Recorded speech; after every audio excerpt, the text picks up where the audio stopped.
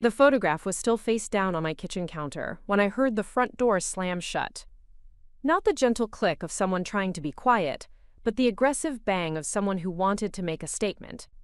I flipped the picture over and stared at my husband David wrapped around his secretary Amanda at what looked like a very intimate dinner at the Capitol Grill downtown.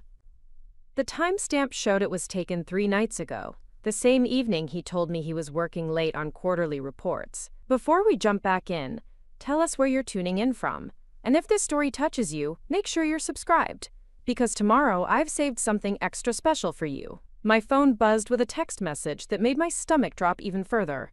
Rachel, this is Amanda from Westfield Construction. David asked me to let you know he won't be coming home tonight. Or any night. He's decided to move on with someone who appreciates his ambition. Please don't contact him directly, as he needs space to figure things out. He'll send for his clothes next week. I read the message twice, then set my phone down with trembling hands. 6 years of marriage. And this was how it ended. Not with a conversation, not even with David having the courage to tell me himself, but with his secretary delivering the news like she was canceling a business meeting. The silence in our Highlands Ranch home felt suffocating as I walked through the rooms we had carefully decorated together. Our wedding photos still lined the hallway, showing 2 people who genuinely seemed happy and in love. I stopped at the picture from our honeymoon in Maui, remembering how David had promised that no matter what challenges life threw at us, we would face them together. That promise felt like a cruel joke now. My name is Rachel Morgan, and until this moment I believed I was living a pretty good life. At 35, I had built Summit Digital Solutions from nothing more than a freelance web design business I started in college into one of Denver's most successful marketing agencies. David had always said he was proud of my entrepreneurial spirit, bragging to his friends about his wife who could build websites and create marketing campaigns that transformed struggling businesses into thriving enterprises. We met at the University of Colorado Boulder during our senior year, 2 ambitious kids who dreamed about building a future together. David was studying business administration with plans to climb the corporate ladder, while I was already designing websites for local small businesses to pay for my computer science degree. He used to joke that I was going to be the next tech billionaire, while he would be my steady, reliable husband who kept me grounded. For 6 years, that dynamic had worked perfectly. David climbed steadily through the ranks at Westfield Construction Supply, eventually becoming their regional sales manager for the Mountain West Territory. His job provided stability and excellent benefits while I took the risks and pushed the boundaries with my growing company. We complemented each other, or at least I thought we did. I had always been proud of the fact that David never seemed threatened by my success. When Summit Digital Solutions landed our first 6-figure contract, he took me out to celebrate at the nicest restaurant in Cherry Creek. When we bought this house 2 years ago, he insisted that my name should be first on the mortgage because my business had provided the larger down payment. When potential clients asked about my background, David would light up talking about my achievements and innovations. Now, standing in our empty living room, I realized that perhaps David's support had been more calculated than genuine. The house felt different already, as if his betrayal had changed the very air inside it. I noticed things I had never paid attention to before. His expensive watch was gone from the dresser. His laptop bag was missing from his home office. The emergency credit card we kept in the kitchen drawer had vanished. David had been planning this departure much more carefully than his cowardly exit message suggested. This wasn't a spontaneous decision driven by sudden passion for his secretary. This was a methodical extraction from our marriage, and I had been too trusting and too busy building my business to notice the signs. I walked into David's home office and immediately saw that his filing cabinet was standing open, with papers scattered across the floor. He had clearly been in a hurry to grab specific documents, but he had also been selective about what he took. His personal files were gone, but interestingly, he had left behind anything related to our joint finances or shared investments. That struck me as odd. David had always been meticulous about financial records, keeping detailed spreadsheets of our expenses and investments. The fact that he had abandoned those files suggested either panic or a deliberate decision to distance himself from our shared financial obligations. I booted up the computer he had left behind and found that he had attempted to delete his browser history, but he had been sloppy about it. A few clicks revealed recent searches for apartment rentals in downtown Denver, divorce lawyers, and something that made my blood run cold: how to protect assets from business debt Colorado and personal liability for company obligations.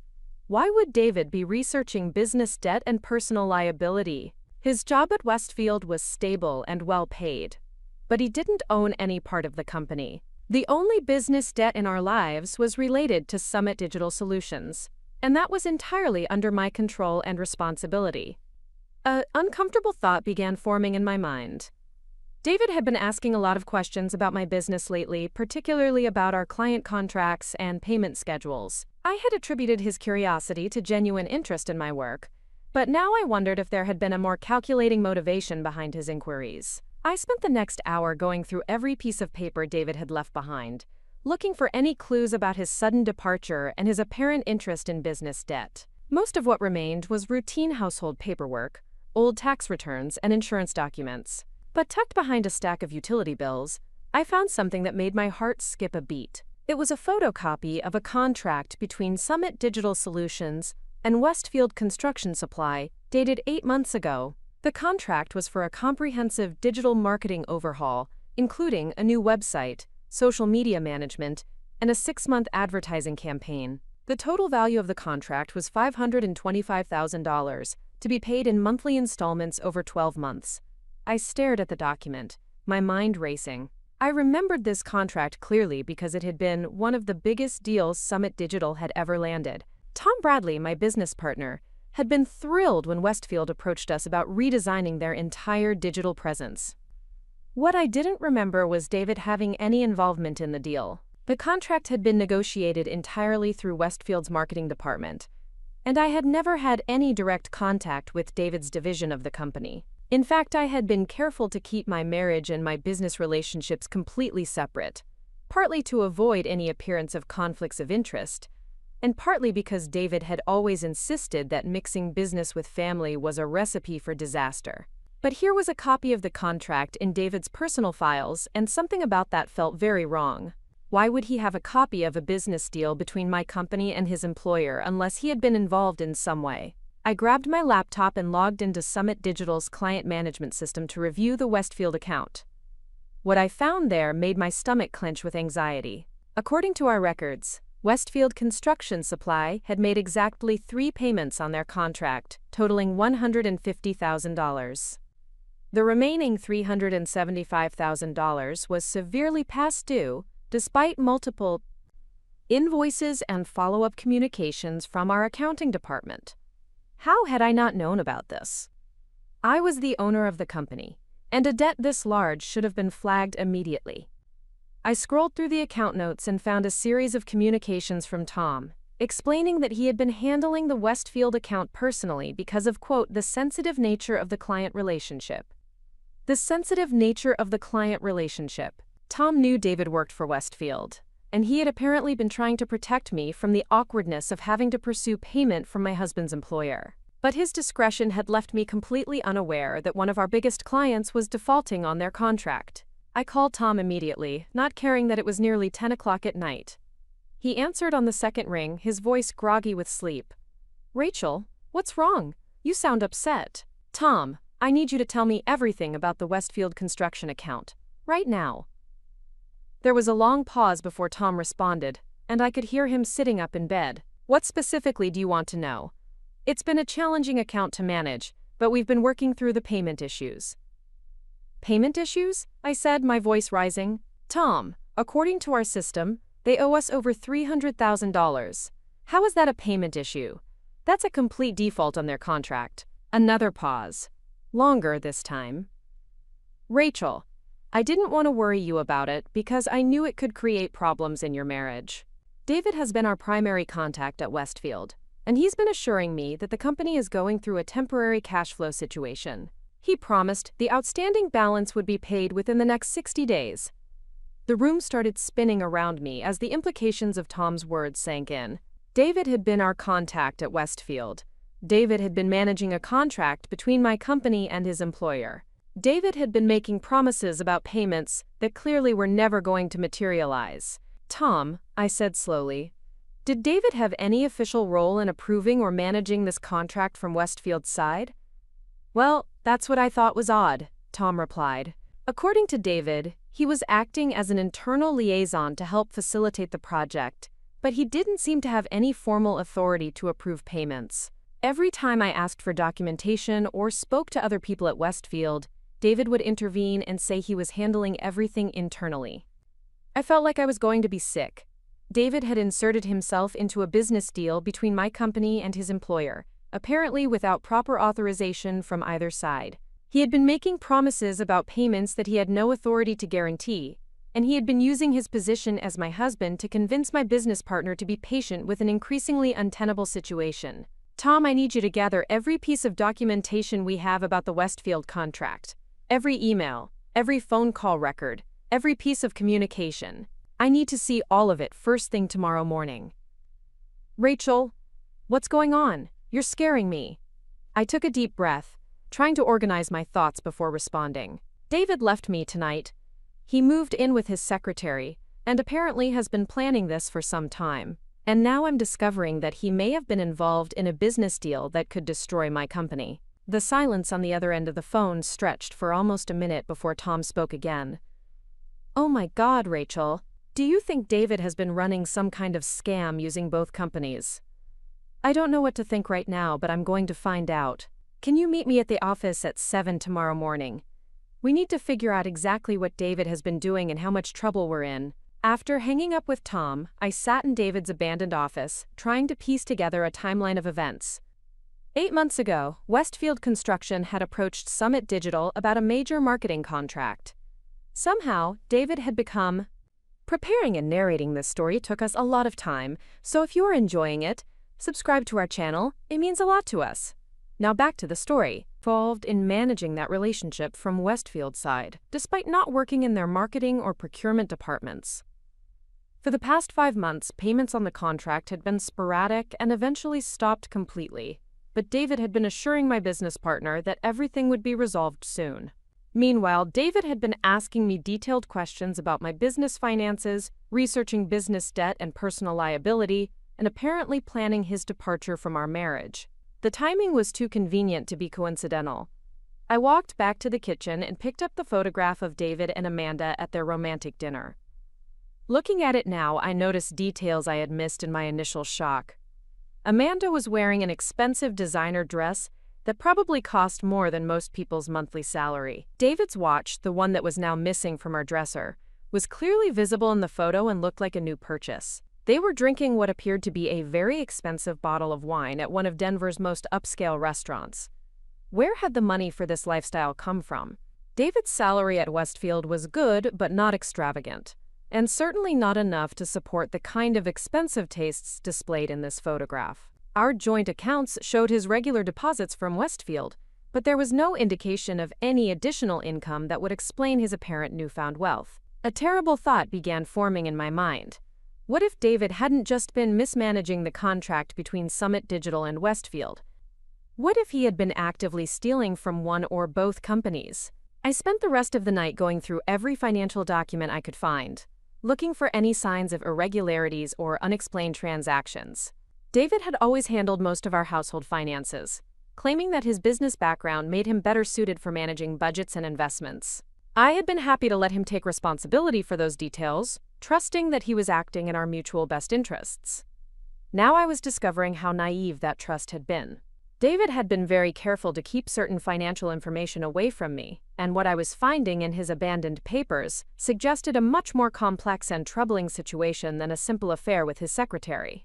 By dawn, I had identified at least 3 separate bank accounts that David had opened without my knowledge, along with 2 credit cards that were somehow connected to our shared addresses but not to our joint financial obligations. The statements I found showed regular deposits that didn't correspond to his salary from Westfield, along with expenditures that painted a picture of someone living far beyond his apparent means. As I prepared to meet Tom at the office, I realized that David's betrayal of our marriage might be the least of my problems. If my suspicions were correct, his actions could have put my company, my employees, and my financial future in serious jeopardy. The man I had trusted with my heart had potentially been stealing from my business while planning his escape with another woman. The morning drive to downtown Denver felt surreal as I navigated through the familiar streets while my world crumbled around me. Summit Digital Solutions occupied the top 2 floors of a modern glass building in the heart of the business district, and I had always felt a sense of pride and accomplishment when I walked into the office each morning. Today, that pride was overshadowed by anxiety and anger as I wondered whether David's actions had jeopardized everything I had worked so hard to build. Tom was already waiting in the conference room when I arrived, surrounded by stacks of files and printouts. His expression was grim as he looked up from the documents spread across the table. "Rachel, this is much worse than I thought," he said without preamble. "I've been going through all of our communications with Westfield, and I think David has been playing both sides of this deal from the beginning." I poured myself a cup of coffee and sat down across from Tom, steeling myself for whatever he was about to reveal. "Show me everything." Tom opened the first file and began laying out a timeline that made my blood run cold. According to the documentation, David had initially contacted Summit Digital claiming to represent Westfield's executive team in their search for a marketing agency. He had provided internal information about Westfield's budget and decision-making process that had helped Summit Digital craft a winning proposal. "But here's the problem," Tom continued, pointing to a series of emails. "I spoke to Westfield's actual marketing director last week when the payments stopped coming. She had never heard of David Chen and had no idea that Westfield had contracted with us for any services. According to her, Westfield has an exclusive relationship with a different marketing agency and has never been in the market for the kind of comprehensive overhaul we've been providing." The room started spinning as the full scope of David's deception became clear. He had apparently created an entirely fictitious business relationship between my company and his employer, convincing Tom that we had landed a legitimate contract while somehow generating fake purchase orders and initial payments to make the deal seem real. "Tom, where did those first payments come from? If Westfield didn't authorize this contract, how did we receive $150,000? Tom's expression became even more troubled as he flipped through another set of documents. "That's what I've been trying to figure out. The payments came from an account that appeared to be associated with Westfield Construction, but now I'm wondering if David somehow created a fake account or if he was using his position at the company to redirect funds. Either way, the implications were devastating. If David had been stealing money from Westfield to make payments to Summit Digital, then my company had unknowingly received stolen funds. If he had created fake payments using his own money or other sources, then we had been providing services under a fraudulent contract that was never going to be fully paid." "There's more," Tom said quietly.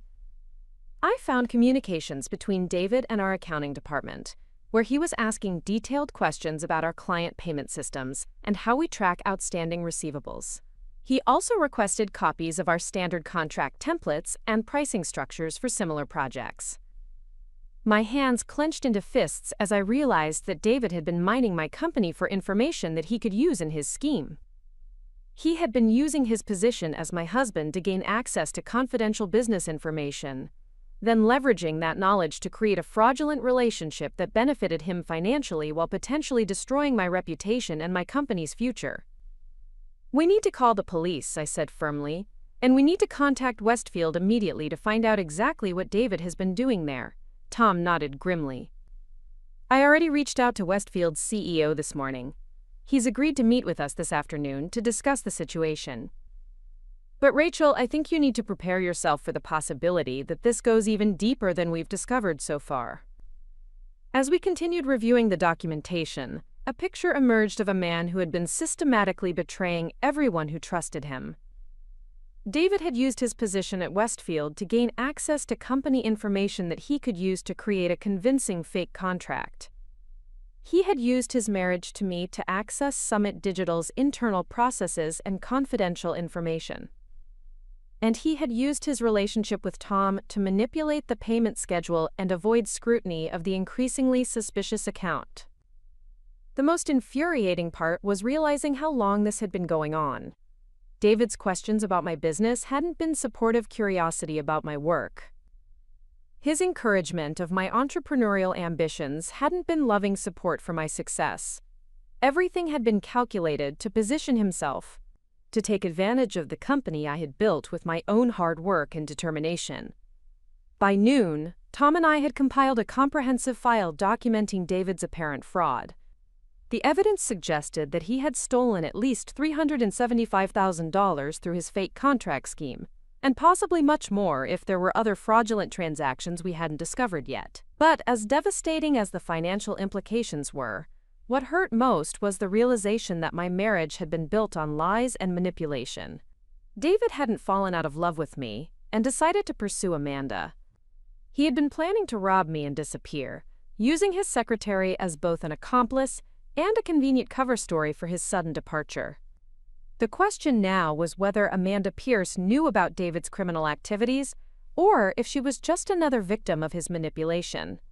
Based on the expensive lifestyle displayed in their dinner photograph, I suspected she was more involved than David's text message had suggested. As I prepared for our meeting with Westfield's CEO, I felt a strange sense of calm settling over me. David had underestimated me in the most fundamental way possible. He had assumed that I would be too trusting, too naive, and too emotionally devastated by his betrayal to investigate his actions thoroughly. What David didn't know was that I hadn't built a successful business by being passive or helpless when faced with challenges. What he didn't understand was that his betrayal had awakened something fierce and determined within me that he had never seen before. And what he definitely hadn't considered was that his secretary was about to discover exactly what kind of man she had chosen to build her future with. The afternoon meeting with Westfield Construction was going to change everything, and I had a feeling that David's carefully planned escape was about to become the biggest mistake of his life. The elevator ride to the 40th floor of the Republic Plaza building felt like it lasted forever. Tom stood beside me, clutching a leather portfolio containing all the evidence we had compiled about David's fraudulent activities. I stared at my reflection in the polished steel doors, trying to project confidence despite the turmoil churning in my stomach. Westfield Construction Supply's corporate headquarters occupied an entire floor of downtown Denver's most prestigious office tower. The reception area was decorated with photographs of major construction projects across the Mountain West, from ski resorts in Aspen to office complexes in Salt Lake City. Everything about the space screamed success and legitimate business operations, which made David's deception even more infuriating. Patricia Williams, Westfield's CEO, emerged from a corner office with an expression that was equal parts concern and anger. She was a woman in her early 50s with silver hair and the kind of commanding presence that suggested she hadn't reached her position by being naive about business fraud. "Ms. Morgan, Mr. Bradley, thank you for coming in on such short notice," she said, leading us toward a conference room overlooking the Rocky Mountains. "I have to tell you, your call this morning has raised some very serious concerns about one of our employees." As we settled around the mahogany conference table, Patricia opened a thick file folder and spread several documents across the surface. "I've spent the morning investigating David Chen's activities within our organization, and what I've discovered is deeply troubling." My heart pounded as Patricia began explaining what her internal investigation had revealed. David's official role at Westfield was regional sales manager for building supplies, a position that gave him access to client information and some budget authority, but absolutely no involvement in marketing decisions or major contract negotiations. According to our records, David has never been assigned to any projects involving digital marketing or website development, Patricia continued. In fact, our marketing department has an exclusive contract with Morrison Creative Group that's been in place for over 3 years. We have never solicited proposals from other agencies during David's tenure with our company. Tom and I exchanged glances as Patricia confirmed our worst fears. David had created the entire business relationship out of thin air, using his position at Westfield to make his fraud seem legitimate while stealing from both companies. "But here's where it gets more complicated," Patricia said, pulling out a series of bank statements. "Our accounting department discovered that someone has been making unauthorized transfers from various Westfield accounts to what appeared to be approved vendor payments. The total amount transferred over the past 8 months is approximately $460,000. I felt the blood drain from my face as the full scope of David's theft became clear. He hadn't just created a fake contract with my company. He had been actively stealing money from Westfield to make the initial payments to Summit Digital, creating the illusion of a legitimate business relationship while robbing his employer. "Ms. Williams, are you saying that David was embezzling money from Westfield to pay my company for services we were actually providing?" I asked, trying to wrap my head around the complex fraud scheme. That's exactly what I'm saying, Patricia replied grimly. David apparently created a series of false vendor accounts and purchase orders that allowed him to redirect funds to your company. From Westfield's perspective, it looked like legitimate business expenses. From your perspective, it looked like payments from a major client. Tom leaned forward, his face pale with realization. So Summit Digital was unknowingly receiving stolen money while providing real marketing services based on a completely fabricated contract.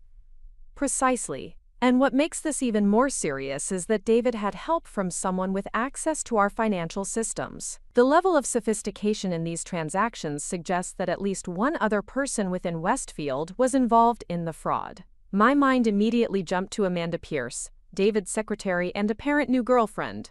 If she had been helping David steal from Westfield while also breaking up his marriage, the level of betrayal was staggering. Ms. Williams, does Amanda Pierce have access to Westfield's financial systems or vendor accounts? I asked. Patricia's expression darkened as she flipped to another section of her file. Amanda Pierce has been David's executive assistant for the past 14 months. Her access credentials show regular activity in our accounts payable system, and she was responsible for processing many of the vendor payments that we now know were fraudulent. The conference room fell silent as the implications sank in. David and Amanda hadn't just been having an affair. They had been running a sophisticated embezzlement scheme that involved stealing from David's employer to pay my company for services that were never legitimately contracted. Ms. Williams, what is Westfield planning to do about this situation? Tom asked. We're filing criminal charges against both David Chen and Amanda Pierce for embezzlement, fraud, and theft, Patricia replied without hesitation.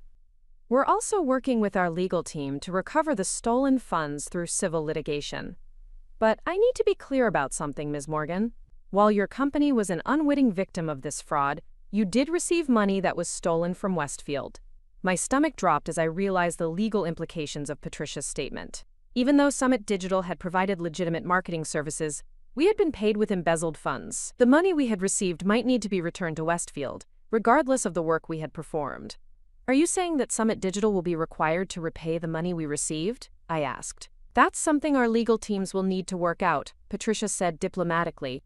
Westfield recognizes that your company acted in good faith and provided real services based on what appeared to be a legitimate contract. However, the funds you received were stolen property, which complicates the situation significantly. Tom and I spent the next 2 hours providing Patricia with detailed information about our interactions with David and the work Summit Digital had performed for what we believed was Westfield Construction. Patricia's legal team joined the meeting, along with a forensic accountant who began analyzing the financial transactions between the companies. As the meeting progressed, an even more disturbing picture emerged of David's activities. The forensic accountant discovered that David had been manipulating Westfield's financial systems for over a year, creating fake vendor accounts and redirecting funds for purposes that went far beyond paying my company. Mr. Chen appears to have stolen approximately $750,000 total from Westfield, the accountant explained. The payments to Summit Digital represent only a portion of his theft. The remaining money was transferred to personal accounts and used for what appear to be personal expenses, $750,000. David had been living a completely double life, stealing $750,000 from his employer, while maintaining the facade of a stable, ethical businessman. The expensive dinners, the designer clothing, the luxury lifestyle he had been displaying with Amanda had all been funded by corporate theft. Ms. Morgan, I need to ask you some difficult questions about your personal finances, Patricia said gently. If David was stealing this much money from Westfield, it's possible that some of those funds ended up in your joint accounts or were used for shared expenses. I felt a chill run down my spine as I realized what Patricia was suggesting. If David had been depositing stolen money into our joint bank accounts, I could potentially be considered an accessory to his crimes, even if I had no knowledge of the theft. I can provide you with complete records of all our joint financial accounts, I said, trying to keep my voice steady. But I want to be clear that I had no knowledge of any fraudulent activities. David handled most of our household finances, and I trusted him to be honest about the sources of our income. Patricia nodded sympathetically. We understand that you're likely another victim of David's deception. However, our investigation will need to trace every dollar that was stolen from Westfield to determine where the money went and how it was used. As the meeting concluded, Patricia handed me a business card for Jennifer Rodriguez, the criminal defense attorney that Westfield's legal team recommended I contact immediately. Ms. Morgan, while we believe you acted in good faith, you need to protect yourself legally. This case is going to become very complex very quickly. The drive back to Summit Digital's offices was silent, as Tom and I processed the magnitude of what we had just learned. David's betrayal wasn't just personal anymore. It was a criminal conspiracy that could potentially destroy my business and land me in legal trouble despite my innocence. "Rachel, we need to call an emergency board meeting," Tom said as we pulled into the parking garage. "The other investors need to know about this situation immediately." Summit Digital Solutions had grown over the years to include 3 silent investors who had provided capital for expansion in exchange for minority stakes in the company.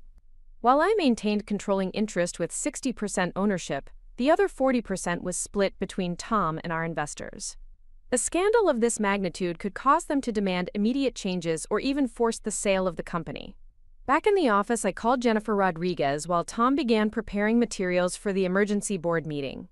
Jennifer's reputation as one of Denver's top white-collar defense attorneys was well known in business circles, and her retainer fee reflected her expertise.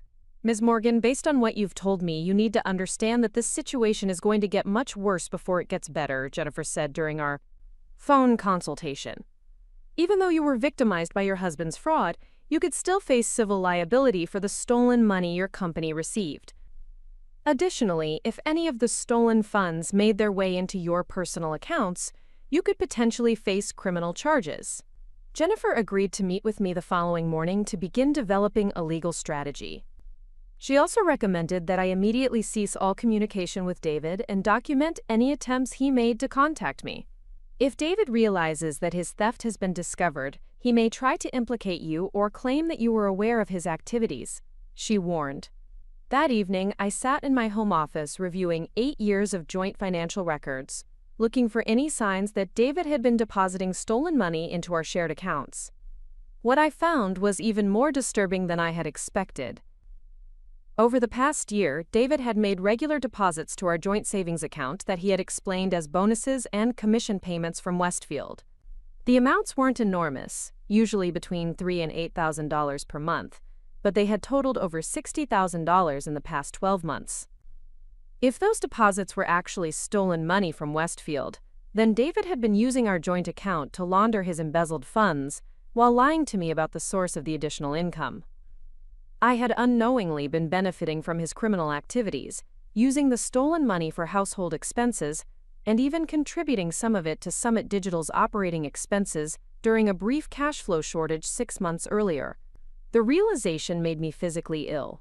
David had turned me into an unwitting accomplice in his crimes while planning to abandon me for his secretary. He had used my trust and my love to facilitate his theft while positioning himself to disappear with Amanda and leave me to face the legal consequences of his actions. As I continued reviewing our financial records, I discovered something that made me even more angry. David had been systematically transferring money from our joint accounts to personal accounts that I had no access to. Over the past 6 months, he had moved over $40,000 from our shared savings to accounts that were apparently being used to fund his secret lifestyle with Amanda. David hadn't just been stealing from Westfield. He had been stealing from me as well, using our joint accounts as a temporary holding place for embezzled funds before moving the money to accounts that only he controlled. The pattern suggested that he had been planning his departure for months, while ensuring that I would be left with minimal resources and maximum legal exposure. But as I dug deeper into our financial history, I discovered something that David apparently didn't know about. 3 years earlier, when Summit Digital had landed its first major corporate contract, I had opened a separate business account that was completely independent from our joint finances. The account was designed to hold emergency operating funds for the company, and I had never mentioned it to David because I wanted to maintain complete independence over my business finances. Over the past 3 years, I had quietly been transferring small amounts from Summit Digital's main operating account to this emergency fund whenever we had strong quarterly results. The account now contained over $200,000 that David had no knowledge of and no legal claim to. More importantly, none of the money in the emergency account had come from our joint finances or from the fraudulent Westfield contract. Every dollar had been earned through legitimate business activities that were completely separate from David's criminal schemes. As I stared at the account balance on my laptop screen, I realized that David's attempt to steal from me and leave me financially vulnerable had actually backfired. While he had been planning his elaborate escape, I had been quietly building a financial safety net that would allow me to weather the legal storm that was coming. The emergency fund would be enough to cover the legal fees for fighting David's crimes, repaying any stolen money that Summit Digital had unknowingly received, and maintaining the company's operations while we dealt with the scandal. David had assumed that destroying our joint finances and stealing from my company would leave me helpless and dependent on his goodwill. Instead, his betrayal had revealed my own strength and independence in ways that surprised even me. The business I had built was strong enough to survive his attack, and the financial foundation I had quietly established would allow me to fight back against his fraud without compromise. That night, I called my parents in Colorado Springs to explain the situation before they heard about it through news reports or legal proceedings. My mother's reaction was immediate and fierce. "Rachel, I never liked that man," she said bluntly. "Your father and I always thought David was too interested in your business success and not interested enough in your happiness. But we never imagined he was capable of something this criminal." My father, a retired police officer, had more practical advice. "Sweetheart, you need to change every lock in that house immediately. If David has been planning this for months, he may have made copies of keys or given Amanda access to your home. You also need to document everything that's missing and file a separate police report for theft of marital property." As we talked, my parents helped me create a comprehensive plan for protecting myself both legally and physically. They offered to drive to Denver immediately to help me secure the house and provide emotional support during the legal proceedings. After hanging up with my parents, I spent the rest of the evening going through David's abandoned belongings, looking for any additional evidence of his criminal activities. In a box of personal papers that he had apparently forgotten in his haste to leave, I found something that made my blood run cold. It was a handwritten note in David's distinctive penmanship, apparently a draft of a letter he had never sent. The note was addressed to Amanda and dated 3 weeks earlier, clearly outlining his plans for stealing money from both Westfield and Summit Digital before disappearing together. "Amanda, everything is falling into place perfectly," the note began. "The transfers from Westfield are complete, and Rachel's company has been providing enough legitimate work to make the contract look real. By the time anyone discovers what we've done, we'll be long gone with enough money to start over anywhere we want." The note went on to describe David's plan to clean out the joint bank accounts, transfer the remaining stolen money to offshore accounts, and blame the entire fraud on computer hackers or accounting errors. He had even planned to claim that I had been aware of the fraudulent contract and had been complicit in the theft from Westfield. "The best part is that Rachel will be left holding the bag for all of it," David had written. "Her company received the stolen money, so she'll be the one facing criminal charges while we're enjoying our new life together. She's too trusting and too naive to figure out what happened until it's too late to do anything about it." Reading David's casual betrayal of our marriage and his callous plan to frame me for his crimes filled me with a rage I had never experienced before. He hadn't just been planning to leave me for another woman. He had been planning to destroy my life completely, while using my love and trust against me. But David had made a critical miscalculation in his assessment of my character. I wasn't the naive, trusting woman he thought he had married. I was a successful entrepreneur who had built a thriving business through determination, intelligence, and careful planning. And now that I understood the full scope of his betrayal, I was going to use every resource at my disposal to ensure that he faced the consequences of his crimes. The handwritten note was evidence of premeditation that would be invaluable in the criminal prosecution. It proved that David had been planning the fraud for months, and that he had deliberately intended to frame me for his theft. More importantly, it showed that Amanda had been a willing participant in the conspiracy from the beginning. As I photographed the note and secured it in my home safe, I realized that David's arrogance had provided me with the evidence I needed to protect myself and ensure that both he and Amanda faced justice for their crimes. They had underestimated me in the most fundamental way possible, and that mistake was going to cost them everything. The next morning brought a phone call that changed the entire dynamic of the situation. Jennifer Rodriguez called at 7 o'clock with news that David and Amanda had been arrested at Denver International Airport attempting to board a flight to the Cayman Islands. Rachel, they were caught with over $400,000 in cash and multiple fake identification documents, Jennifer explained. This wasn't just embezzlement anymore. They were attempting to flee the country with stolen money, which makes this a federal case involving international money laundering. The FBI had taken over the investigation from local law enforcement, and agents would be contacting me later that morning to discuss my cooperation with their case. David's attempt to escape with Amanda had transformed him from a local white-collar criminal into a federal fugitive, dramatically increasing the potential penalties he would face. The good news for you is that their flight attempt proves that this was a premeditated conspiracy that you clearly weren't part of, Jennifer continued. No one plans an escape to the Cayman Islands overnight. This shows that David and Amanda had been planning this fraud for months, which supports your claim of innocence. As I prepared for another day of legal meetings and FBI interviews, I felt a strange sense of satisfaction, knowing that David's elaborate plan had collapsed spectacularly. His attempt to steal from both Westfield and Summit Digital, frame me for his crimes, and escape to a tropical paradise with his secretary had ended with both of them in federal custody facing decades in prison. The man who had assumed I was too naive and trusting to discover his betrayal was about to learn exactly how much he had underestimated the woman he had married. The FBI field office in downtown Denver was nothing like what I had expected from television shows and movies. Instead of dramatic interrogation rooms and high-tech surveillance equipment, Agent Sarah Chen led me through a series of mundane hallways to a conference room that looked more like a corporate meeting space than a federal law enforcement facility. Agent Chen was a soft-spoken woman in her early 40s who specialized in financial crimes and white-collar fraud cases. Her calm demeanor was reassuring as she explained the federal government's interest in David's case and what my cooperation would involve. Ms. Morgan, your husband's attempted flight to the Cayman Islands has elevated this case to a federal level, Agent Chen began, opening a thick file folder. When someone attempts to leave the country with stolen money and false identification, it becomes a matter of national security as well as financial fraud. As Agent Chen spread photographs and documents across the conference table, I got my first clear look at the evidence that had been seized when David and Amanda were arrested at the airport.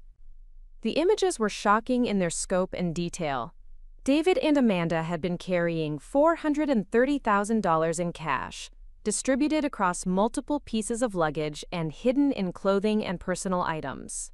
They had obtained fake passports and driver's licenses with new identities, suggesting that they had been planning their escape for months. Most disturbing of all, they had been traveling with detailed financial records showing bank accounts in 3 different countries. Mr. Chen and Ms. Pierce weren't just planning to disappear, Agent Chen explained. They had established a sophisticated international money laundering operation designed to hide the stolen funds across multiple jurisdictions.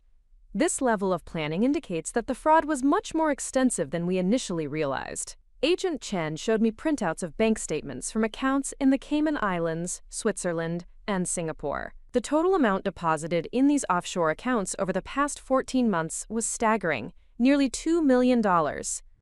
Agent Chen, are you saying that David stole $2 million from Westfield Construction? I asked, trying to process the magnitude of his theft. Not just from Westfield, Agent Chen replied grimly. Our investigation has revealed that your husband was running similar fraud schemes with at least 3 other companies. He was creating fake contracts, establishing fraudulent vendor relationships, and stealing money from multiple employers simultaneously. The revelation hit me like a physical blow. David hadn't just been stealing from Westfield while deceiving me. He had been operating a sophisticated criminal enterprise that involved defrauding multiple companies while maintaining the facade of a respectable businessman. Agent Chen pulled out another set of documents that made my stomach clench with anxiety. Ms. Morgan, we need to discuss your company's role in this situation. While we believe you were victimized by your husband's fraud, Summit Digital Solutions received payments totaling $375,000 that were stolen from Westfield Construction. I had known this conversation was coming, but hearing the amount stated so bluntly still felt devastating.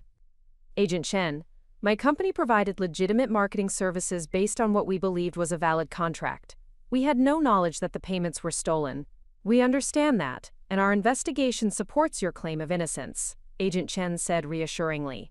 However, the law requires that stolen property be returned to its rightful owner, regardless of whether the recipient knew it was stolen.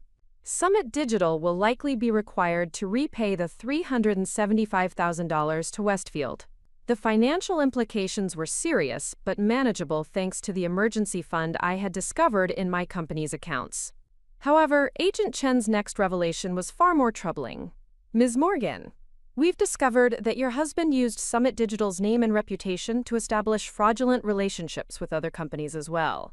He apparently convinced several businesses that your company was interested in providing services, then used those fake relationships to steal money and information. David had been using my company's reputation as a cover for his criminal activities with multiple victims.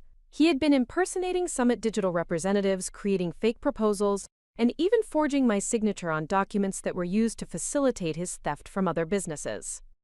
How many other companies are involved? I asked, dreading the answer. So far, we've identified 4 additional businesses that were defrauded using your company's identity, Agent Chen replied. The total amount stolen from all sources appears to be approximately $2.3 million. $2.3 million. David had been operating a criminal enterprise of staggering scope, while I had been completely unaware of his activities. He had used my love, my trust, and my company's reputation to facilitate theft on a scale that I could never have imagined. Agent Chen continued explaining the federal government's case against David and Amanda. The charges they were facing included conspiracy to commit fraud, money laundering, identity theft, and attempted flight to avoid prosecution. If convicted on all counts, they could each face up to 20 years in federal prison. Ms. Morgan, we need your help to build the strongest possible case against your husband and Ms. Pierce, Agent Chen said.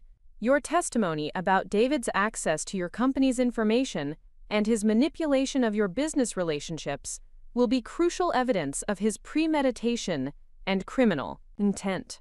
I spent the next 3 hours providing Agent Chen with detailed information about David's behavior over the past year, his access to Summit Digital's confidential information, and the ways he had manipulated my trust to facilitate his criminal activities. The process was emotionally exhausting, but also strangely liberating as I finally understood the full scope of David's betrayal. As our meeting concluded, Agent Chen handed me a business card and a thick packet of legal documents.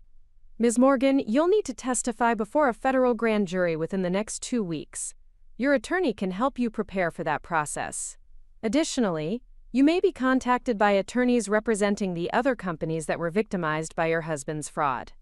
The drive back to Summit Digital's offices gave me time to process the magnitude of what I had learned. David's betrayal wasn't just personal anymore. It was a federal crime that had victimized multiple companies and potentially put dozens of innocent people at risk of financial loss.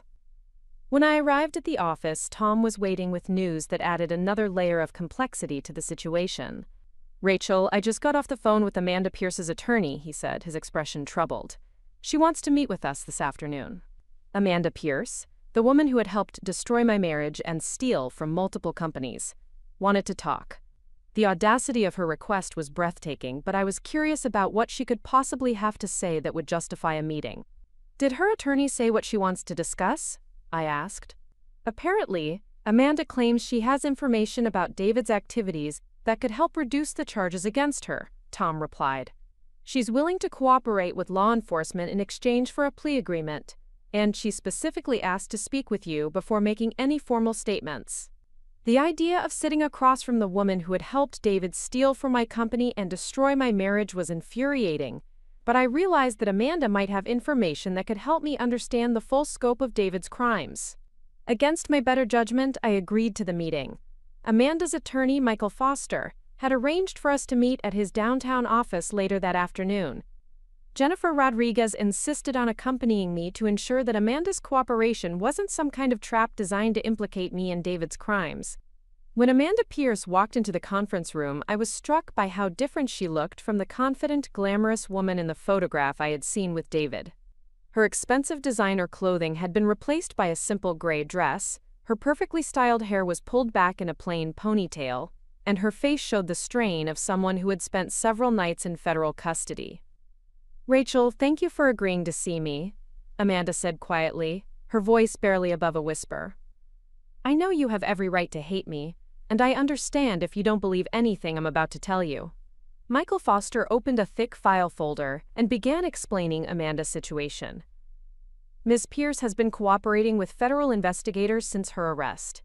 She's provided detailed information about David Chen's criminal activities and is prepared to testify against him in exchange for a reduced sentence."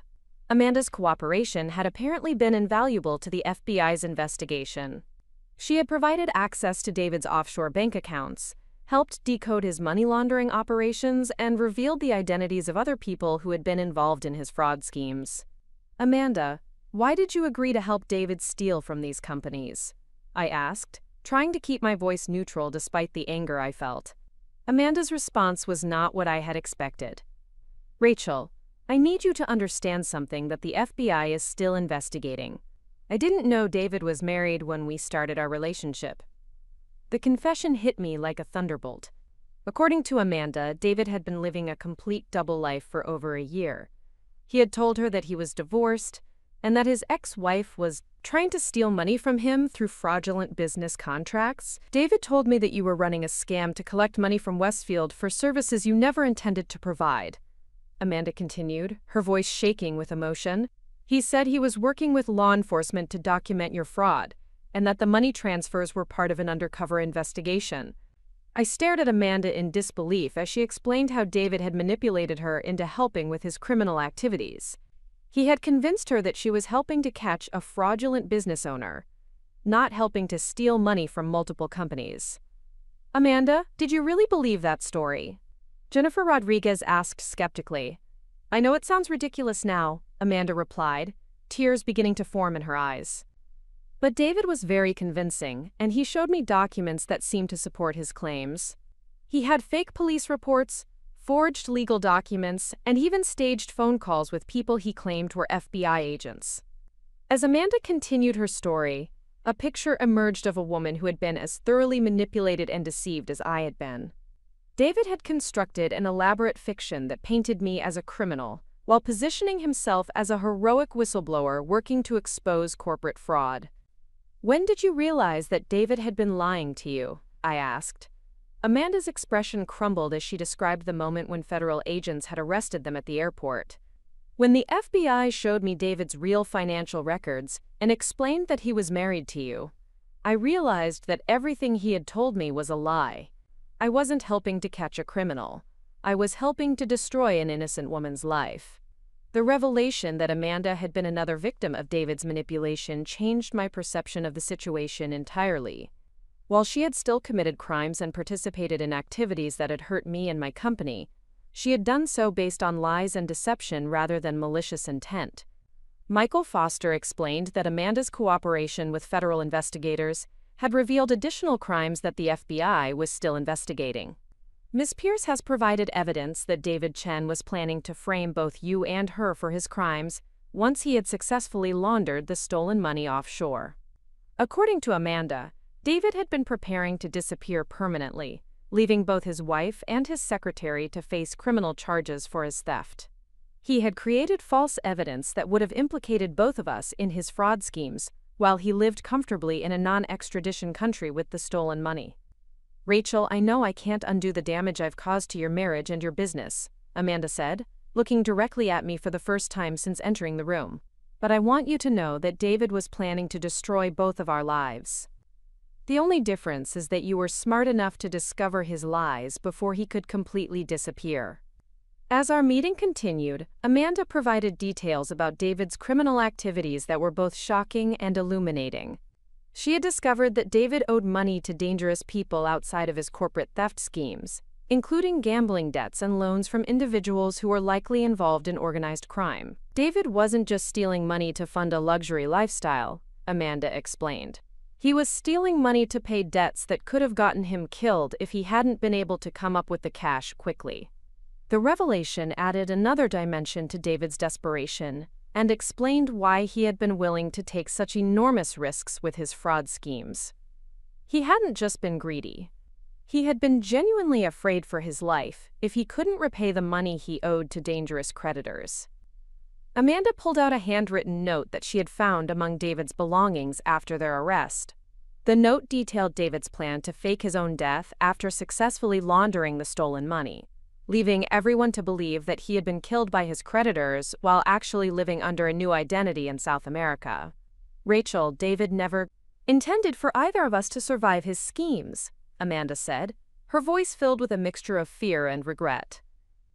"He was planning to frame us both for his crimes and then disappear permanently, leaving us to face prosecution while he started a new life with a new identity." The handwritten note was evidence of premeditation that would be crucial in the federal prosecution. It proved that David had been planning to commit additional crimes beyond the theft and fraud, including identity fraud, insurance fraud, and potentially even murder if anyone had gotten too close to discovering his activities. As Amanda's attorney explained the terms of her cooperation agreement with federal prosecutors, I realized that her testimony would be essential in ensuring that David faced the maximum possible penalties for his crimes. Her inside knowledge of his criminal activities and his future plans would help the government build an airtight case against him. "Ms. Pierce will be pleading guilty to conspiracy and fraud charges in exchange for her cooperation," Michael Foster explained.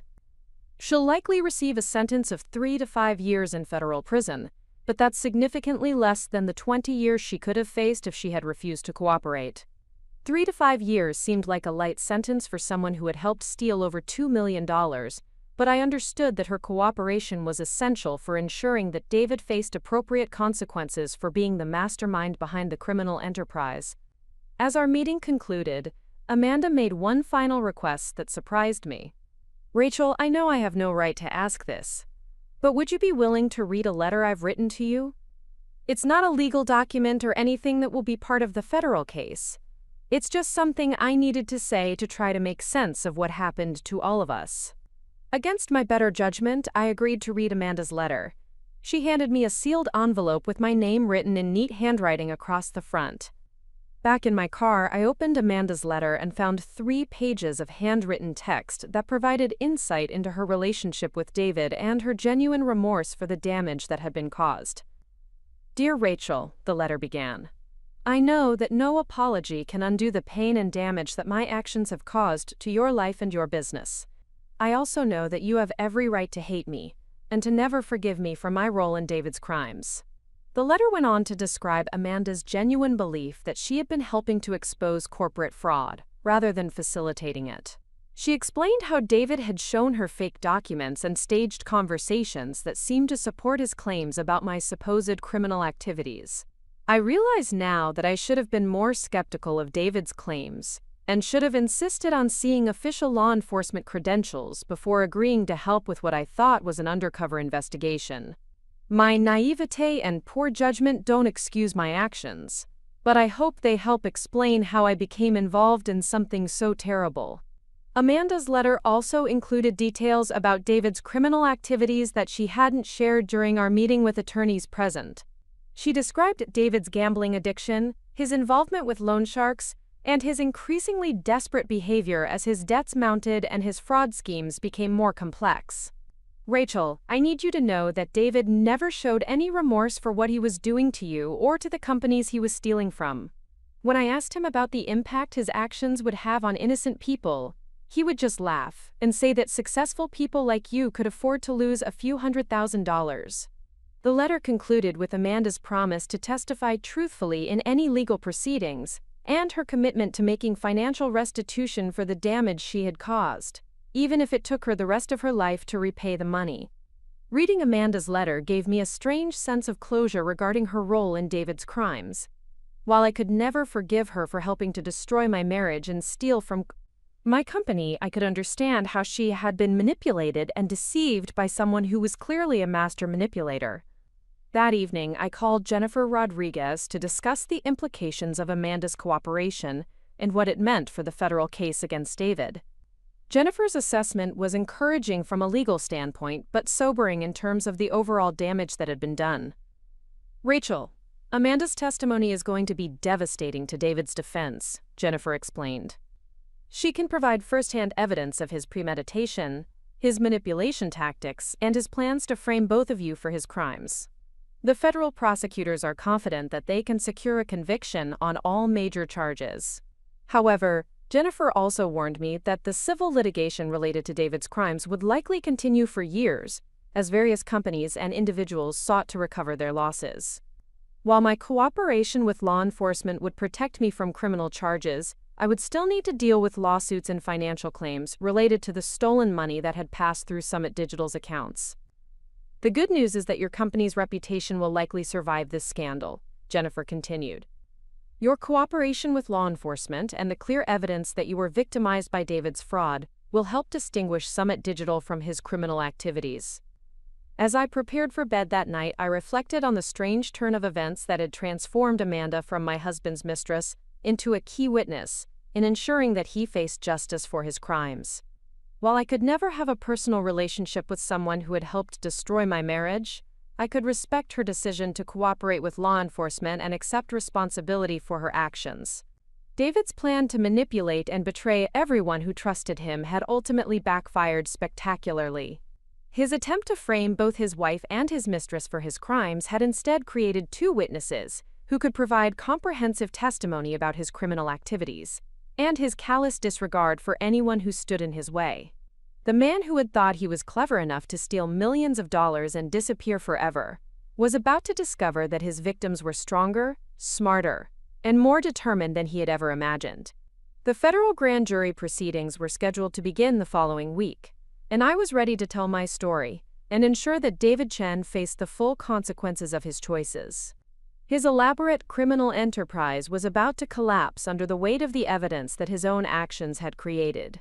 The federal courthouse in downtown Denver was buzzing with activity on the morning I was scheduled to testify before the grand jury. Jennifer Rodriguez walked beside me through the marble corridors, carrying a briefcase filled with documents that would help support my testimony about David's systematic fraud and manipulation.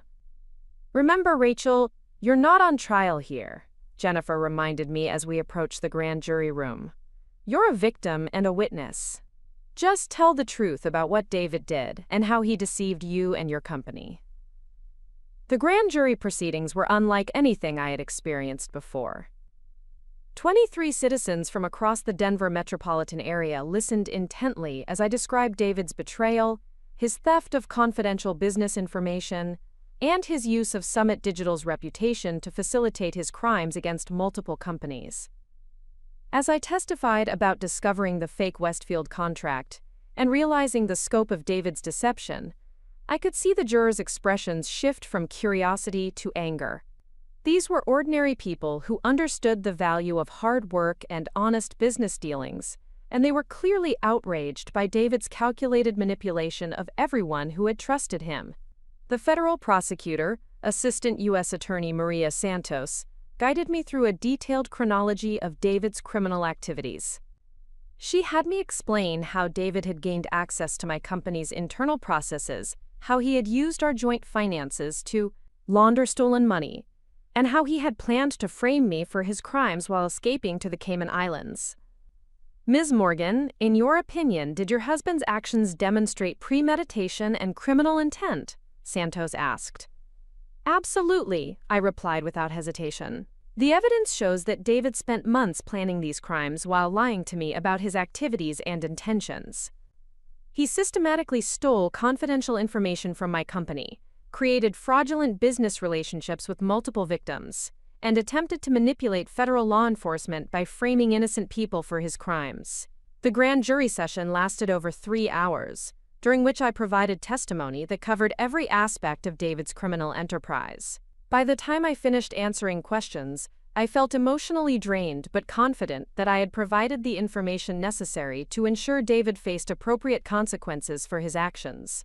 As Jennifer and I left the courthouse, she received a phone call that changed everything about David's legal situation. "Rachel, that was Agent Chen," Jennifer said, her expression serious.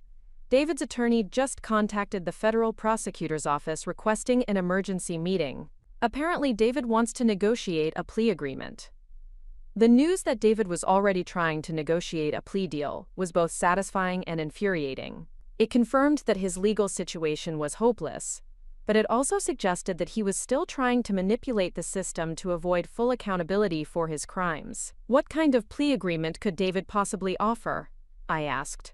"According to Agent Chen, David claims he has information about other criminal activities that could be valuable to federal investigators," Jennifer replied. "He's apparently willing to cooperate in exchange for a reduced sentence." The idea that David might escape with a lighter sentence because of his cooperation was deeply troubling, but Jennifer explained that any plea agreement would still require him to accept responsibility for his crimes and provide full restitution to his victims. That afternoon brought another development that demonstrated how completely David's criminal enterprise was unraveling. Tom called me with news that Westfield Construction's forensic accountants had discovered additional fraudulent transactions that brought the total amount stolen from the company to over $1 million. "Rachel, it gets worse," Tom said during our phone conversation. "The forensic team found evidence that David was selling confidential client information to competitors. He wasn't just stealing money from Westfield. He was betraying their business secrets to other companies." The revelation that David had been engaged in corporate espionage, as well as embezzlement, meant that his legal troubles would likely extend far beyond the federal fraud charges. Companies whose confidential information had been compromised would undoubtedly file civil lawsuits, seeking damages for the competitive harm caused by David's betrayal. But the most shocking development came when Tom shared what the forensic accountants had discovered about David's personal finances. "Rachel, you need to sit down for this. David owes money to loan sharks and organized crime figures totaling over $800,000. The debts are secured by personal guarantees that make you potentially liable as his spouse." My blood ran cold as the implications of Tom's revelations sank in. If David had signed personal guarantees that included marital assets, his debts to dangerous criminals could potentially threaten my safety and my financial security, even after our divorce was finalized. "Tom, how is that possible? I never signed any loan documents or personal guarantees." "Apparently, David forged your signature on several documents and used fraudulent information about your company's assets to secure loans from people who don't typically verify information through legitimate channels," Tom explained. "These criminals think you're jointly responsible for David's debts, regardless of the legal reality." The news that David had potentially put me in physical danger by borrowing money from organized crime figures was the final straw in my patience with his betrayal. Not only had he stolen from my company and destroyed our marriage, but he had also exposed me to threats from violent criminals who would hold me responsible for his debts. I immediately called Jennifer Rodriguez to discuss the implications of David's criminal debts and what steps I could take to protect myself from potential retaliation by his creditors. Jennifer's advice was both practical and sobering. "Rachel, you need to hire personal security immediately," Jennifer said without hesitation. "People who loan money to gamblers and desperate criminals don't typically distinguish between the borrower and the borrower's family when it comes time to collect. Your safety could be at risk until David's debts are resolved, or until these people understand that you had no knowledge of his activities." Jennifer recommended a private security firm that specialized in protecting individuals who had been threatened by organized crime figures. The cost of personal protection would be substantial, but the alternative of ignoring the threat was unacceptable. As I made arrangements for personal security, I received a phone call that I had been dreading but expecting. David's voice was strained and desperate when I answered, clearly calling from the federal detention center where he was being held pending trial. "Rachel, I know you hate me right now, but I need you to listen carefully," David said without any greeting or apology. "There are people looking for me who are going to come after you if they can't find me. You need to be very careful about where you go and who you trust." The audacity of David calling to warn me about dangers that he had created was breathtaking, but I could hear genuine fear in his voice for the first time since his arrest. "David, I already know about your gambling debts and the loan sharks you've been dealing with, I said coldly. What I want to know is why you thought it was acceptable to put my life at risk by forging my signature on loan documents. There was a long pause before David responded, and when he spoke, his voice was barely above a whisper. Rachel, I never meant for any of this to happen to you. I thought I could pay back the money before anyone discovered what I was doing. The gambling debts just kept getting bigger, and these people don't accept excuses or payment plans. So you decided to steal millions of dollars from multiple companies and frame me for your crimes? I asked, my anger building with each word. You thought that was a better solution than asking for help or declaring bankruptcy? I couldn't declare bankruptcy because these people would have killed me, David replied desperately. I was trying to steal enough money to pay them off and disappear before anyone got hurt, but everything went wrong when the FBI caught us at the airport. David's explanation revealed the depth of his desperation and the poor judgment that had led to his criminal activities, but it did nothing to excuse the harm he had caused to me and to the other innocent people who had been victimized by his schemes. David, I want you to understand something very clearly, I said, my voice steady despite my anger. I am not going to help you, I am not going to forgive you, and I am not going to accept any responsibility for the problems you created. You made your choices, and now you have to live with the consequences. Rachel, please, I know I don't deserve your help, but there's something you need to know about Amanda, David said, his voice becoming even more desperate. She wasn't just helping me steal money from Westfield. She was working with other people to set up both of us. The claim that Amanda had been working with other people was intriguing, but potentially just another manipulation attempt by David to shift blame away from his own actions. I had already heard Amanda's testimony about being deceived by David's lies, and her cooperation with federal investigators suggested that she was genuinely remorseful about her role in his crimes. David, Amanda has already testified about your crimes and provided evidence that you were planning to frame both of us, I replied. If you have information about other people who were involved in your criminal activities, you should share that information with your attorney and federal investigators. You don't understand, David continued frantically. Amanda's brother is connected to the people I owe money to. She was feeding information about our activities to them from the beginning. The whole relationship was a setup to help them collect on my debts. If David's claim was true, it would mean that Amanda had been lying about her role in his criminal activities, and had actually been working as an informant for organized crime figures. But given David's history of manipulation and lies, his desperate attempt to implicate Amanda seemed more likely to be a final effort to avoid full responsibility for his actions. David, if you have evidence to support these claims, then present it to the authorities, I said firmly. But don't expect me to believe anything you say without independent verification. You've lost the right to be trusted about anything. I hung up the phone and immediately called Jennifer Rodriguez to report David's claims about Amanda's alleged connections to organized crime. Jennifer agreed that David's desperation might be driving him to make false accusations, but she also recommended that federal investigators look into his claims to ensure that there weren't additional criminal activities that hadn't been discovered. The next morning brought news that confirmed David's legal situation was deteriorating rapidly. Agent Chen called to inform me that federal prosecutors had rejected David's initial plea proposal and were proceeding with the full range of charges against him.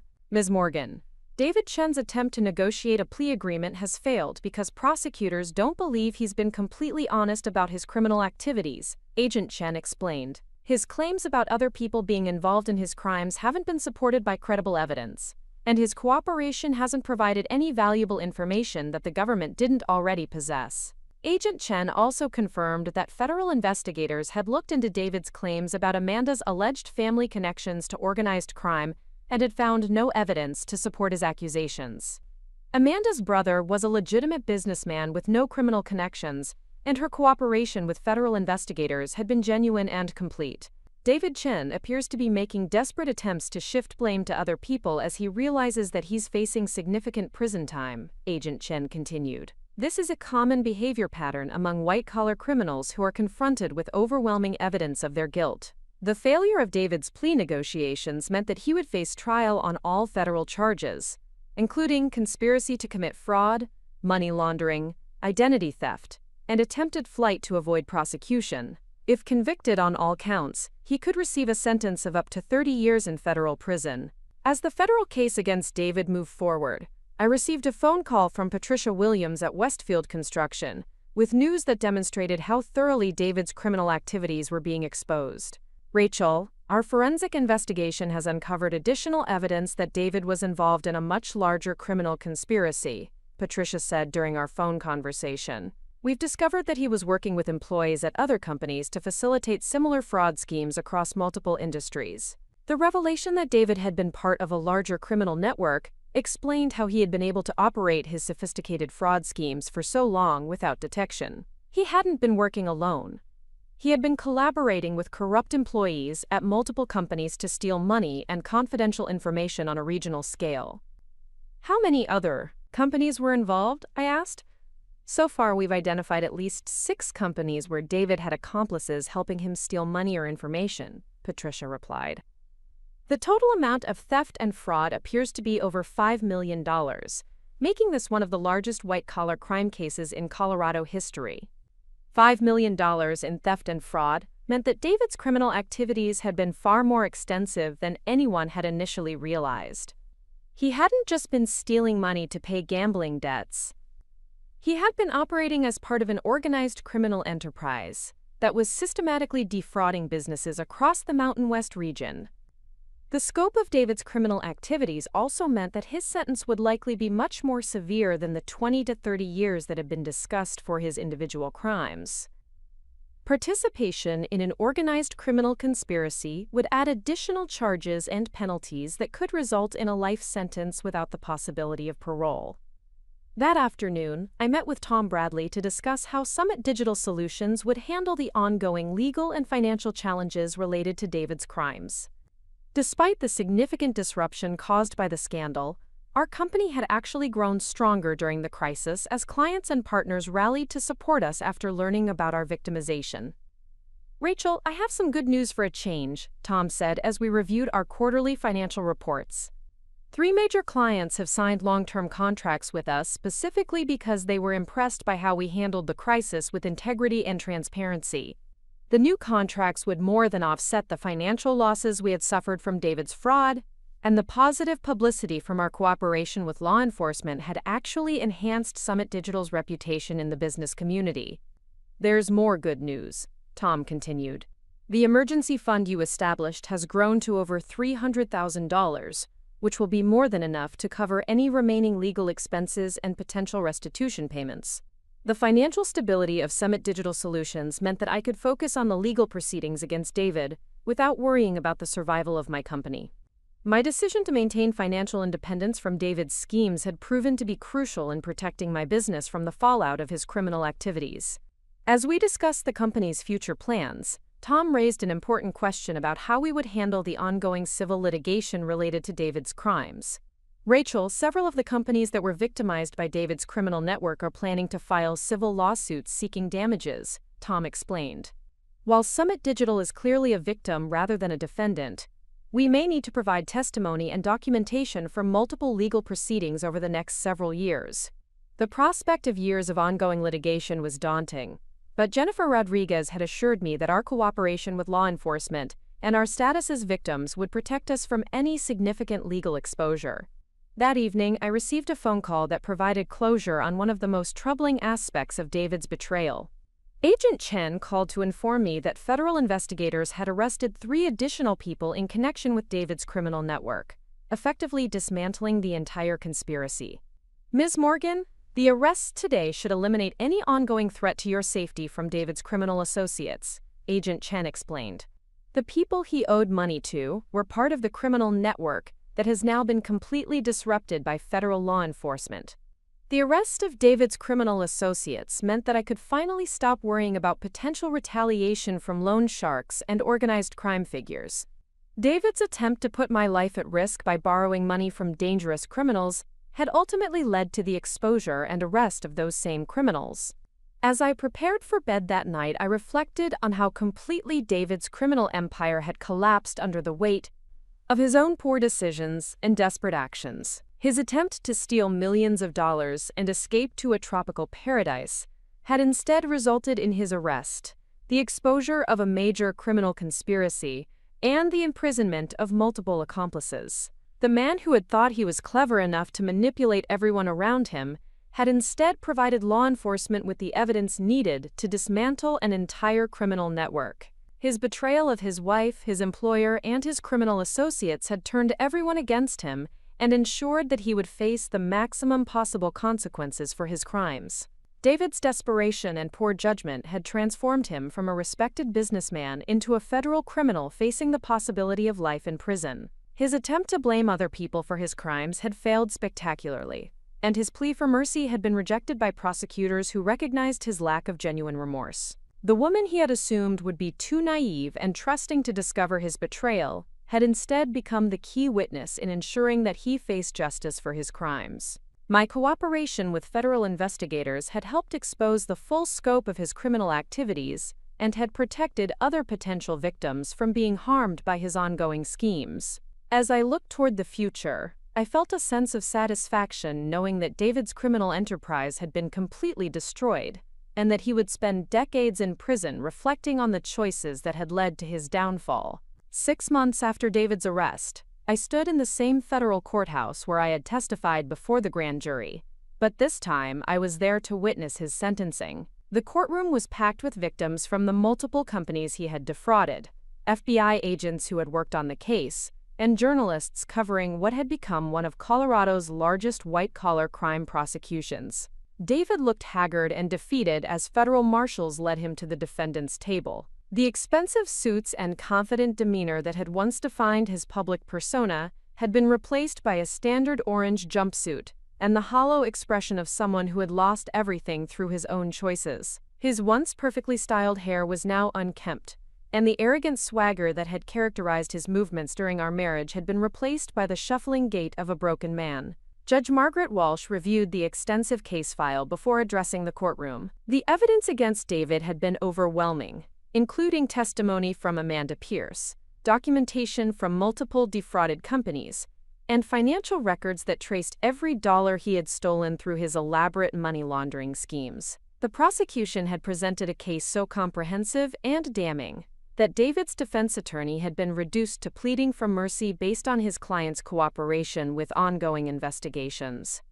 Mr. Chen, your crimes represent a calculated betrayal of trust that affected dozens of innocent victims, Judge Walsh began, her voice carrying the weight of authority that comes from years of presiding over federal criminal cases. You systematically stole from your employer, manipulated your wife's business for criminal purposes, and participated in an organized conspiracy that defrauded multiple companies across several states. The judge's recitation of David's crimes took nearly 15 minutes, covering every aspect of his criminal enterprise from the initial theft from Westfield Construction to his attempted flight to the Cayman Islands with stolen money and false identification documents. As she spoke, I watched David's shoulders slump further with each accusation, the reality of his situation finally penetrating the denial that had sustained him throughout the legal proceedings. The court finds that your actions demonstrate a complete lack of remorse and a willingness to harm anyone who stood in the way of your criminal schemes, Judge Walsh continued. You attempted to frame your own wife for crimes you committed. You manipulated a young woman into becoming an accomplice through elaborate lies, and you exposed multiple innocent people to physical danger through your associations with organized crime figures. As the judge prepared to announce David's sentence, I felt a strange sense of calm washing over me. The months of legal proceedings, FBI interviews, and media attention had been emotionally exhausting, but they had also provided me with complete vindication and closure regarding David's betrayal. The woman who had once worried about confronting her husband about minor household issues had testified before federal prosecutors and grand juries with confidence and clarity. David Chen, this court sentences you to 28 years in federal prison without the possibility of parole, Judge Walsh announced. You will also be required to pay full restitution to all victims of your crimes, totaling $5.7 million, and you will forfeit all assets that can be traced to your criminal activities. 28 years in federal prison meant that David would be in his 70s before he would be eligible for release. The sentence was longer than even the most optimistic predictions from federal prosecutors, reflecting the judge's determination to send a clear message about the consequences of sophisticated white-collar crime. I calculated quickly in my head and realized that David would miss decades of life, aging in prison while I rebuilt and thrived in the world he had tried to destroy for me. As David was led away in handcuffs, he turned briefly to look at me across the courtroom. For just a moment our eyes met, and I saw something in his expression that might have been regret or recognition of what he had lost through his choices. But that moment passed quickly, and he was gone, disappearing through the door that would separate him from society for the next 3 decades. Amanda Pierce had been sentenced 3 weeks earlier to 4 years in federal prison, after her cooperation with investigators and her genuine remorse for her role in David's crimes. Her testimony had been crucial in exposing the full scope of David's criminal network, and her willingness to accept responsibility had earned her a significantly reduced sentence compared to what she could have faced. During her sentencing hearing, Amanda had written a letter to the court expressing her deep regret for the pain she had caused to me and to the other victims of David's schemes. As the courtroom emptied and the media gathered their equipment, I felt no satisfaction in David's punishment, only relief that the legal proceedings were finally over and that justice had been served for all of his victims. The man who had once promised to love and protect me had revealed himself to be a calculating criminal who was willing to destroy anyone's life to serve his own selfish interests. Following the sentencing, I met with the other business owners who had been victimized by David's criminal network. Despite the significant financial losses we had all suffered, there was a sense of solidarity and mutual support among the victims who had refused to be defined by David's crimes. We had formed an informal support group during the legal proceedings, sharing experiences and advice about rebuilding our businesses and our lives in the aftermath of systematic fraud. Patricia Williams from Westfield Construction approached me as we left the courthouse together. "Rachel, I want you to know that Westfield is not going to pursue recovery of the stolen funds from Summit Digital Solutions," she said, extending her hand in a gesture of reconciliation. "Your company provided legitimate services in good faith, and you've suffered enough as a result of your husband's crimes." Patricia's decision meant that Summit Digital would not be required to repay the $375,000 we had received through David's fraudulent contract. The gesture was both financially significant and emotionally meaningful, representing recognition that my company had been a victim rather than a beneficiary of David's criminal activities. Her announcement brought tears to my eyes, not from relief about the money, but from the validation that our integrity had been recognized and respected throughout this ordeal. The civil litigation related to David's crimes continued for several more months, but my role as a witness rather than a defendant meant that the proceedings had minimal impact on my daily life or my company's operations. Summit Digital Solutions had not only survived the scandal but had actually grown stronger, as clients and partners recognized our integrity and resilience in the face of unprecedented challenges. The media attention surrounding David's case had initially been a source of anxiety for me, but it ultimately helped establish Summit Digital's reputation as a company that operated with complete transparency and ethical standards. Business leaders throughout Denver had watched how we handled the crisis, and many were impressed by our cooperation with law enforcement and our commitment to doing the right thing, even when it was financially costly. 3 months after David's sentencing, I received a phone call that represented the final resolution of the criminal aspects of his case. Agent Sarah Chen called to inform me that the last of David's criminal associates had been sentenced, effectively closing the books on what federal prosecutors were calling the largest organized white-collar crime network in Colorado history. "Ms. Morgan, I wanted to personally thank you for your cooperation throughout this investigation," Agent Chen said during our conversation. "Your willingness to testify and provide evidence was crucial in dismantling this criminal enterprise and ensuring that all of the perpetrators faced appropriate consequences." The investigation had ultimately led to the prosecution of 12 individuals across 6 companies, with total theft and fraud amounts exceeding $8 million. David's central role in coordinating the criminal activities had made him the primary target for prosecution, but his cooperation with investigators had been minimal and self-serving rather than genuinely helpful. Agent Chen also informed me that the threat assessment regarding David's gambling debts and criminal associates had been downgraded to minimal risk. The organized crime figures who were threatening Mr. Chen have been neutralized through our investigation, she explained. You should no longer have any concerns about personal safety related to your former husband's criminal activities. The news that I could finally stop worrying about potential retaliation from loan sharks and organized crime figures was liberating in ways I hadn't fully appreciated until that moment. For months, I had been living with a low-level anxiety about my personal safety, always aware of my surroundings and careful about my routines. The ability to return to a normal life without security concerns felt like the final piece of freedom from David's destructive influence. 1 year after David's sentencing, I stood in the completely renovated offices of Summit Digital Solutions, looking out at downtown Denver while reflecting on how much my life had changed since that devastating morning when I discovered his betrayal. The company now employed 42 people, nearly double our pre-scandal workforce, and we had expanded into new markets across the western United States. The renovation of our office space had been both practical and symbolic. We had moved to a larger floor in a more prestigious building, creating an environment that reflected our growth and success. The modern design incorporated natural light, collaborative workspaces, and cutting-edge technology that supported our expanded service offerings. More importantly, I had discovered strengths and capabilities within myself that I never knew existed. The woman who had once worried about disappointing her husband or making him feel threatened by her success had evolved into someone who knew her own worth and refused to accept anything less than she deserved. The crisis had forced me to develop leadership skills, decision-making, confidence, and emotional resilience that had transformed not just my business but my entire approach to life. Tom Bradley knocked on my office door, carrying a bottle of champagne and wearing the biggest smile I had seen from him in months. "Rachel, I just got off the phone with the mayor's office," he said, practically bouncing with excitement. "Summit Digital Solutions has been selected as Denver's Small Business of the Year, and you're going to be recognized as Entrepreneur of the Year at next month's Civic Awards ceremony."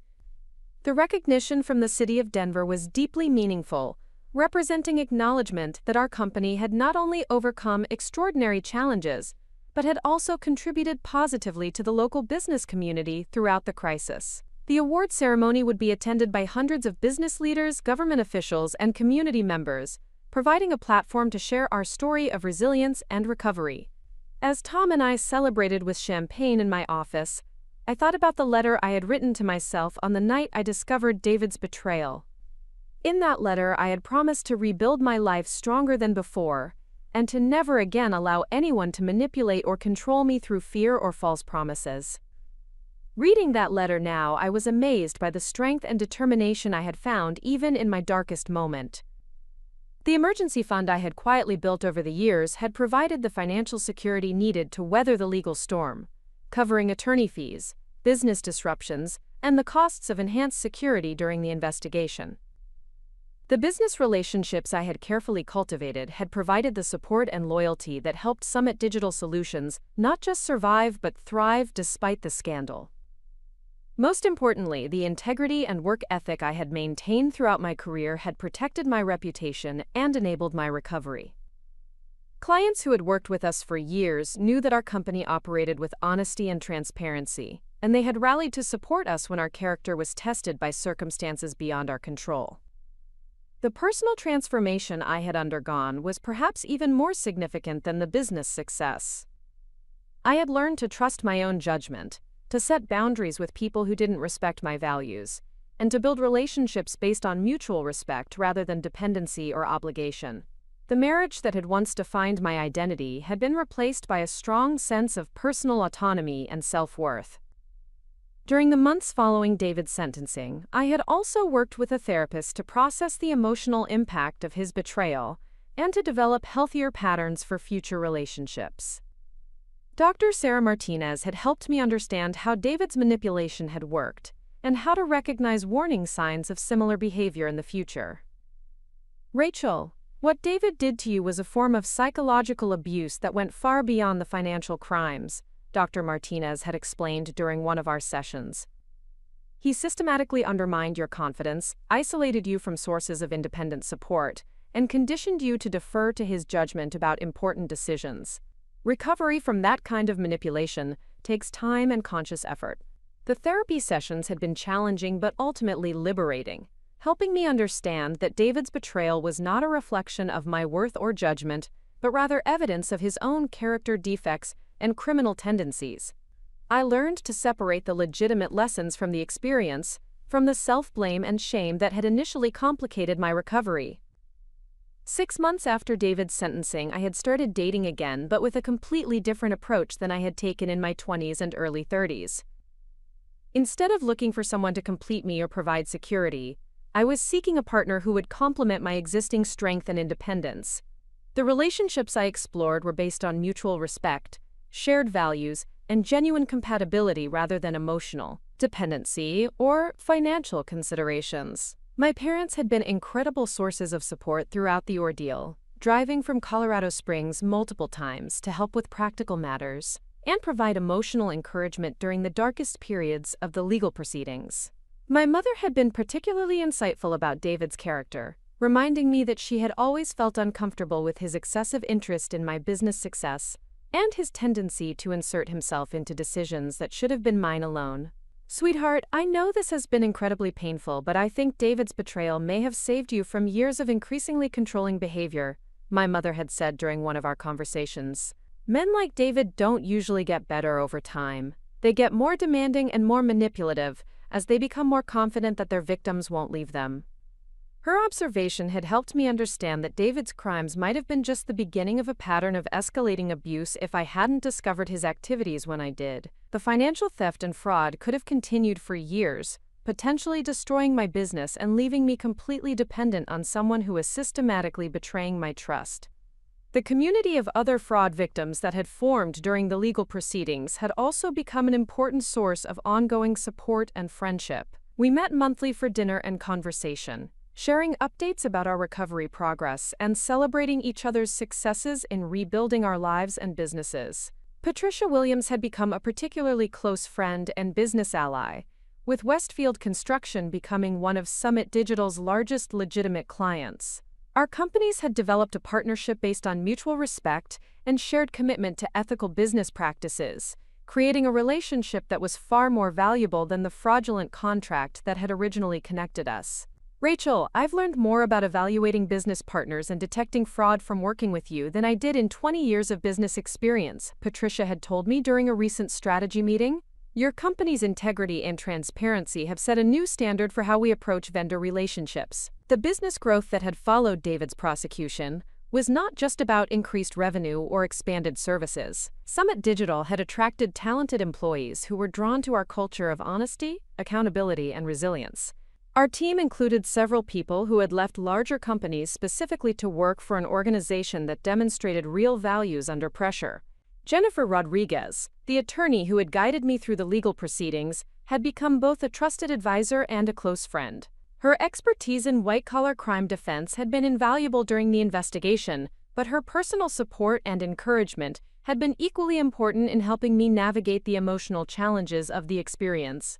"Rachel, I've represented dozens of fraud victims over the years, but I've never seen anyone handle a situation like this with more grace and strength," Jennifer had told me after David's sentencing.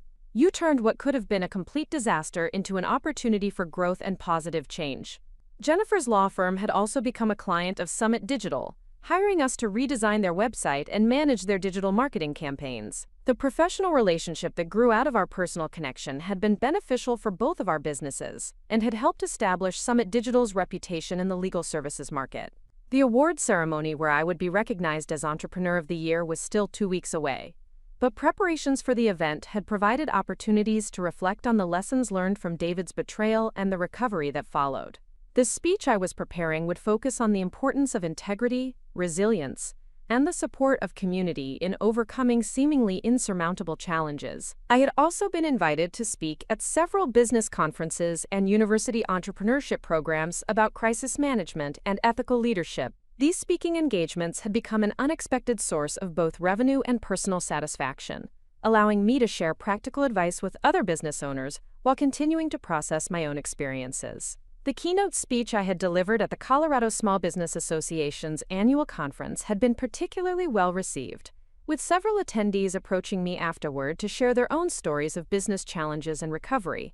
The ability to help other entrepreneurs navigate difficult situations had given me a sense of purpose that went beyond just rebuilding my own company and life. As I sat in my renovated office on a crisp October afternoon, reviewing the financial reports that showed Summit Digital's continued growth and success, I realized that David's attempt to destroy my life had actually led to the most fulfilling and successful period of my career.